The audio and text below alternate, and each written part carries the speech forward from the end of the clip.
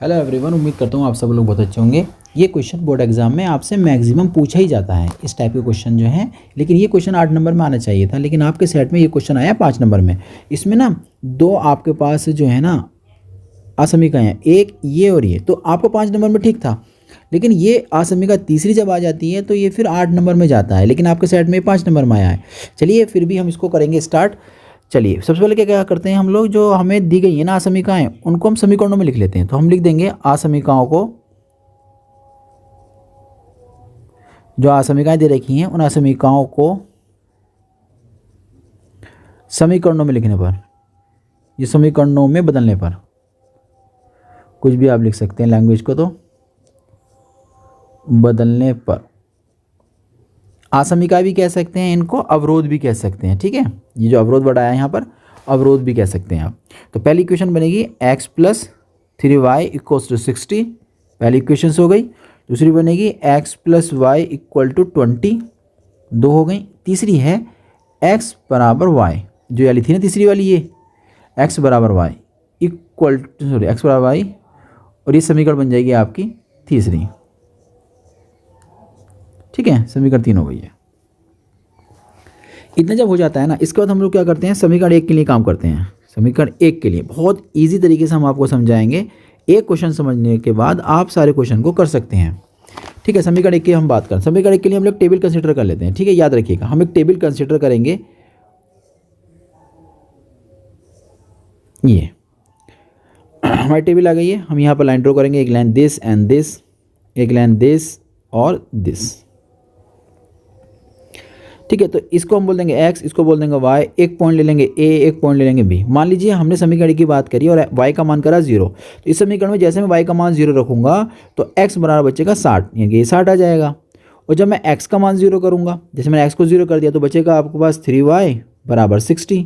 तो y का मान हो जाएगा 3 दूनी 6, यानी कि 20 आ जाएगा। तो ये रिजल्ट आ जाएगा आपका 20। बस समझ में आ गई इतनी। तो जिस तरीके से हमने समीकरण 1 के लिए काम किया है, ऐसे समीकरण 2 के लिए काम करेंगे हम लोग। समीकरण 2 के लिए,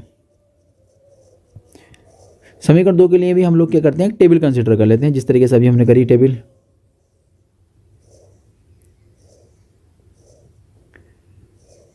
ये टेबल कंसीडर कर लिया हम लोगों ने। ठीक है, तो यहाँ पर x, यहाँ y, यहाँ पॉइंट c और d। एक बार y को 0 कर लेते हैं। जैसे मैंने y को 0 करा इस इक्वेशंस के अंदर, तो मेरा x कितना आ जाएगा, x = 20 हो जाएगा। और जब मैं x को 0 करूंगा, जैसे मैंने x को 0 करा, तो y का मान कितना आ जाएगा, y का 20 हो जाएगा। याद रखिएगा, जब दो हमारे पास समीकरण आ जाएं तो उनको हम ग्राफ में बना लेंगे। ठीक है, अब हमारा काम सिर्फ ग्राफ में बनाने का रह गया है। ग्राफ में बनाते हैं। चलिए एक लाइन ड्रॉ करेंगे दिस, एक लाइन ड्रॉ करेंगे दिस। ये दो लाइन हमने ड्रॉ कर ली हैं। इसके बाद क्या करते हैं हम लोग ना, पॉइंट हमें 60 तक जाना है, तो ऐसा करते हैं गैपिंग सिस्टम रख लेते हैं। यहाँ पर ये तो 0 हो जाएगा, यहाँ पर ले लेते हैं 10, यहाँ हो जाएगा 20, यहाँ हो जाएगा 30, 40, 50, 60। ठीक है, तो यहाँ पर हमें लेना पड़ेगा 20 तक मैक्सिमम है, तो कोई दिक्कत नहीं आएगी।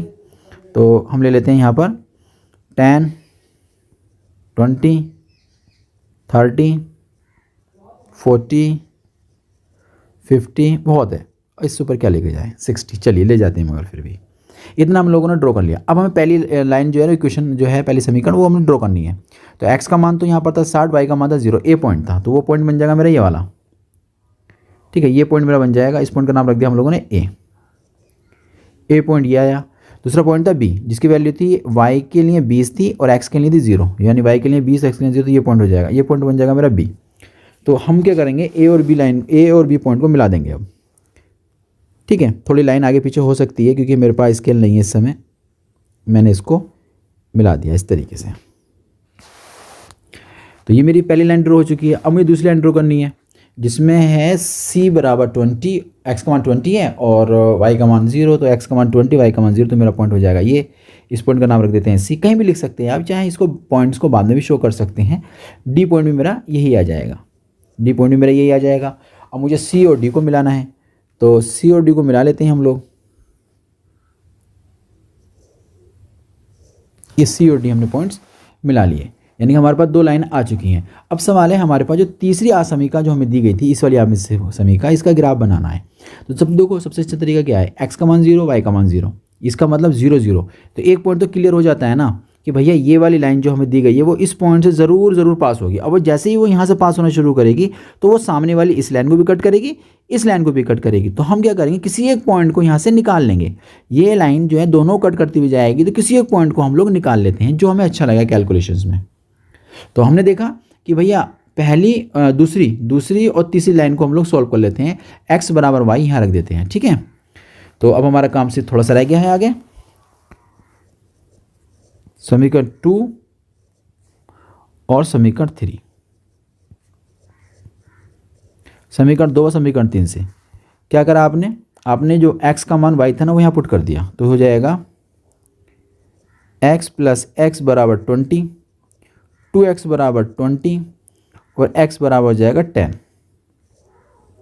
और x बराबर 10 है तो y बराबर कितना हो जाएगा, y बराबर भी 10 हो जाएगा, ठीक है। तो इस तरीके से एक्स वाई के मान हमारे पास आ चुके हैं। तो हम ऐसे कोई भी पॉइंट शो कर सकते हैं। मान लीजिए मैंने इसे क्यू ले लिया तो 10, 10 हो जाएगा। तो वो क्यू पॉइंट कहाँ होगा, जब ये वाली लाइन हम ड्रॉ करेंगे तो ये कट करेगा दिस इस पॉइंट को कट करेगा। तो जो हमारी लाइन ड्रॉ की जाएगी अब वो 0 से और ड्रॉ की जाएगी इस तरीके से, यहाँ से ये गुजर जाएगी, ठीक है। इस तरीके से ये वाली लाइन हमारी ड्रॉ हो गई है। यहाँ तो क्लियर हो गया ना। अब हमारे तीनों लाइन्स हमारी आ चुकी हैं। अब हमें देखना है इन तीनों के जो द्वारा घिरा गया क्षेत्रफल, उसके लिए हम लोग को काम करना है। तो पहली आसमीका हमारी क्या है, पहली आसमीका है कि x plus 3y less than equal to 60। अब आओ समझते हैं इसको, ठीक है। तो पहली वाली लाइन हमारी तो थी, ये लाइन थी सबसे बड़ी लाइन जो थी पहली वाली थी, फर्स्ट वाली लाइन ये थी, सेकंड वाली लाइन जो चली गई थी बी की तरफ ये थी, और थर्ड लाइन हमारी ये जा रही है। इन तीनों के द्वारा घेरा गया क्षेत्रफल निकालना है जो तीनों में आता हो, कॉमन क्षेत्रफल।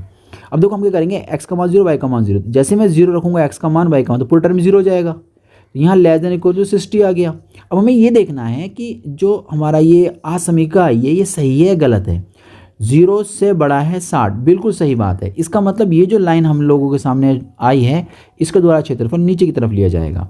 तो अपनी याददाश्त के लिए हम लोग थोड़ा सा इस वाली लाइन के लिए क्षेत्रफल नीचे की तरफ को ड्रॉ कर देते हैं। बस जगह जगह जहाँ आपको समझ में आ जाए, बस आपको याद रखना है कि हाँ इसके लिए नीचे की तरफ का क्षेत्रफल था, बस ये हो गया।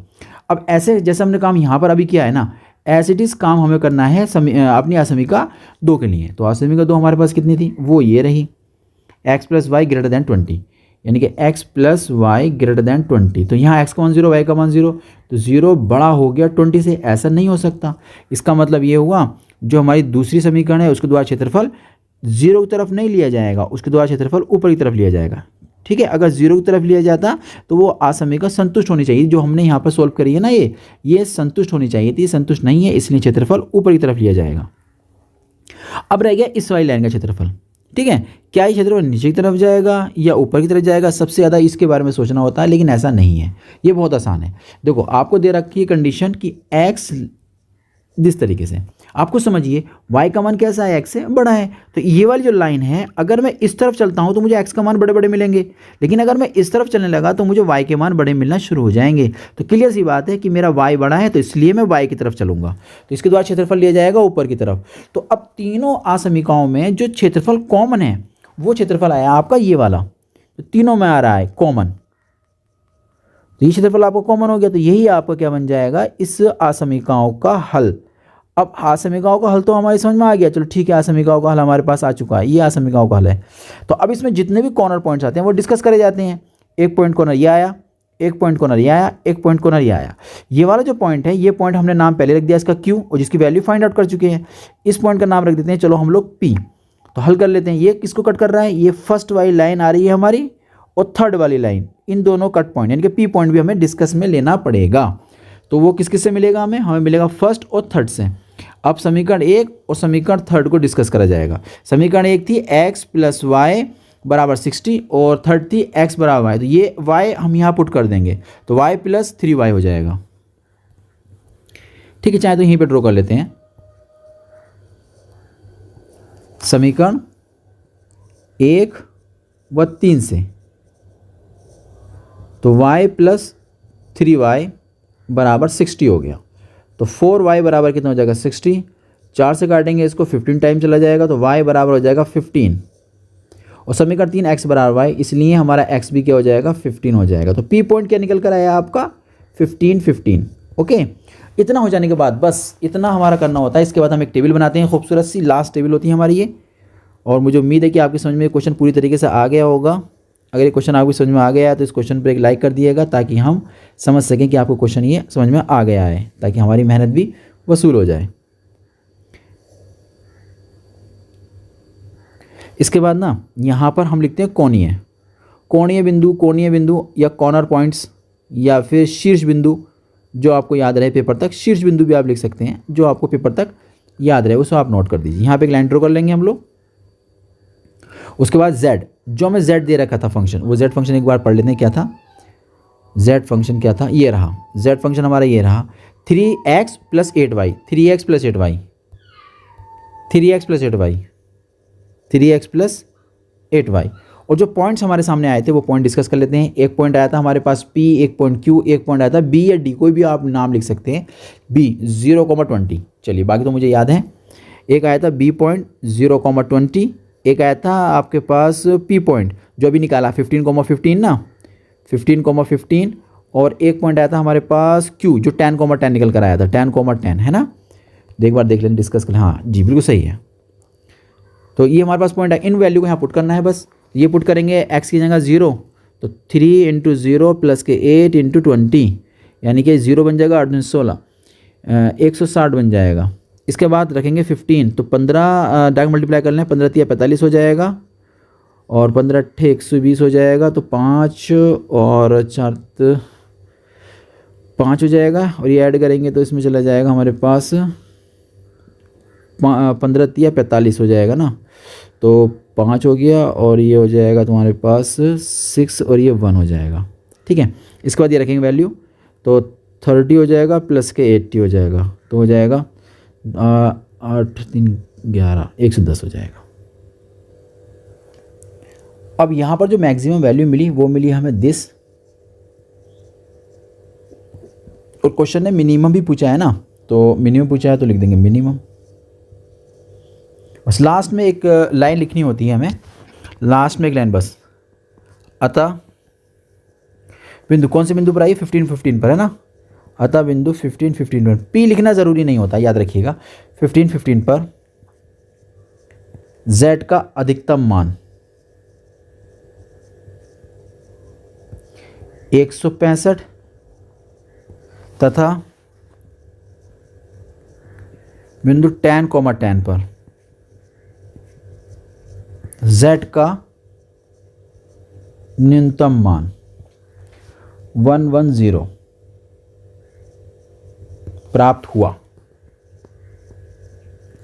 उम्मीद करता हूँ क्वेश्चन आपको समझ में आ गया होगा। मिलते हैं नए क्वेश्चन के साथ हम लोग।